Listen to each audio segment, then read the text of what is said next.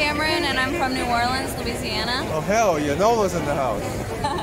I'm Clea. I'm from right here. Oh, Mardi Gras? Have you ever been to Mardi Gras? All the way you need to go. Best experience of my life. I've gone ever since I was a baby. Yeah. And it's amazing. Really? Yeah, all my family lives there, so I love it. Can you do a New Orleans accent? A Cajun accent? Cajun, or that would be anything. low-key racist. Why? I can. I'm white. I'm not Cajun. What about, I thought Cajun was like French. It's yeah, it's low-key French, but I'm not. Oh, you're not Cajun? No, I'm not. I'm not. Okay, My yeah. favorite street is Royal Street. It's Really? just an art street filled with cats and everything. It's very accepting and loving and open-minded, and I feel very accepted and understood there. So. Tell us about it. The trolleys? Oh, they're my favorite thing on the face of the planet. That's how I get everywhere. It makes me feel like, have you ever seen Princess and the Frog? Oh, that's my favorite movie of all time. Dang it. From New Orleans? Yeah. Honestly, it reminds me a lot of New Orleans. I was saying that all day. I was like, it reminds me a lot because I now live in Oregon, and I've lived in smaller towns ever since I've lived in New Orleans, and it's very not accepting, very conservative, very red states that I've lived in, and coming to New York makes me feel more like at home. No. I followed her on her YouTube channel, back in 2016, and then through Virginia, yeah, she followed my friends through. Yeah. She found me through my YouTube, and she followed my friends, and then I became friends with her because she knew my friends. Yeah. And there you go. we had a lot in common. I think we're both really compassionate people. With the things we love. With the things we love, especially. We had a lot lot of similar interests. And we spoke the same way about things. Yeah, I didn't have any friends who were like you, and I was always like, oh yeah, I feel like we'd be good friends. Same, yeah, and that's why I became her friend. That's why I became her friend. Yeah. We're gonna try to go to a Broadway show, maybe Wicked, and I'm hosting a walk in Brooklyn for suicide prevention awareness. It's for AFSP, which is American Foundation Suicide Prevention, and basically you get to walk to honor yourself who struggled with suicide, someone you know who struggled with suicide, someone that you've lost, and basically we're raising money and raising awareness for the topic, and a lot of people are flying in and coming in, and it's really exciting. So if you want to come, sign up under the team, right now. under Cameron Sullivan's team. Right now. Your channel. About my channel? Yeah. Oh Lord. Well, I've kind of branched off of YouTube a little bit and done more on other social medias, but mainly I'm a suicide awareness advocate and mental health awareness advocate, so I speak on the darker sides of mental illness and the darker sides of depression and struggling with suicide, and basically raising awareness, raising the topic, being able to talk about it in a comfortable way and a light way, bringing light to it. And I've gained pretty much a cool audience off of it, and yeah, it's been fun. Sure, I literally started my YouTube thinking it was just going to be videos I posted on Facebook to my family and friends when I was like 13 years old, and one video blew up unintentionally, but I was just doing something I loved. And honestly, I feel like now a lot of my friends I see I go to high school with, they're just posting what they love and they blow up.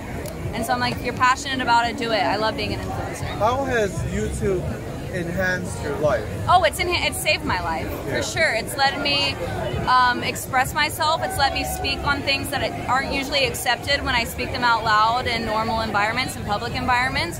And it's let me get closer to people like her that are like-minded around the world and not just in my small community. And I am very passionate about, that's the one thing I'm truly passionate about, is influencing and speaking on YouTube, because it reaches, it's like going on a stage, kind of like performing, but to the whole world, and anyone can hear you at any time, and it's very powerful.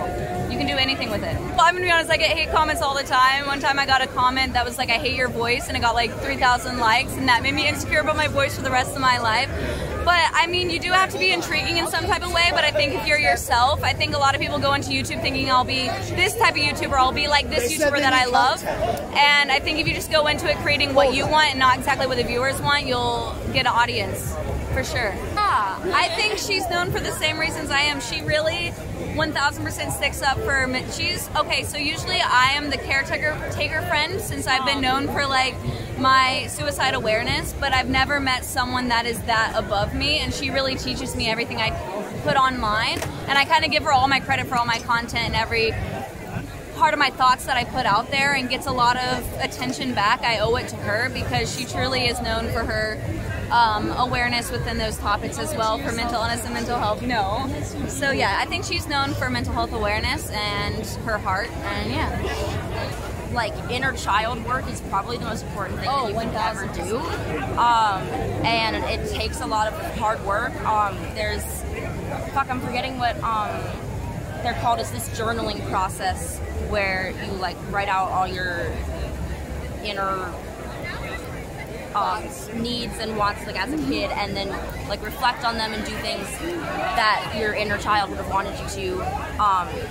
Taking care of your inner child, finding spirituality in whatever it may be. For me, it's just like the universe, if I put out things that I want, I know that they will return to me. And that sounds cheesy, and if you don't believe in that stuff, you're not gonna understand or receive it, because you gotta believe in it. So A higher power. you understand. Yeah. And taking care of who you were when you were younger, you're not going to be able to grow at all if you don't take care of Learning about your ego versus your higher self.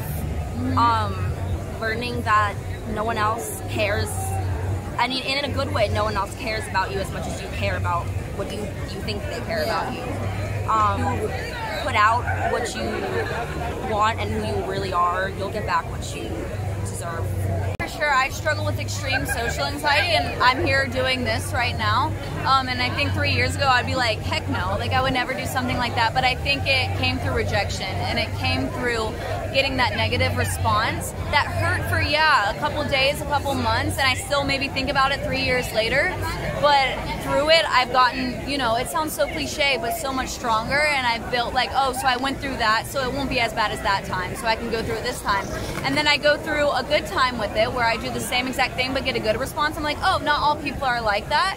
And so I think through rejection, I built that response to it, and I've become a lot healthier with my social anxiety, for sure. I think that if you're not ready for that, it can be damaging. I mean, everything is gonna end up being a lesson in whatever way and form the universe gives you it, but if you are healing and understand, the basics of being you and not letting other people, not placing your value in other people's hands, then I think that will come really naturally.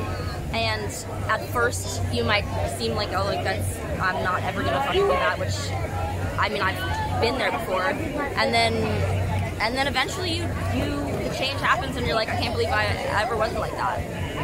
It's like an accomplishment when you do it. Yeah. You feel very proud of yourself, and it kind of lifts you up for the next time. You feel very proud of yourself.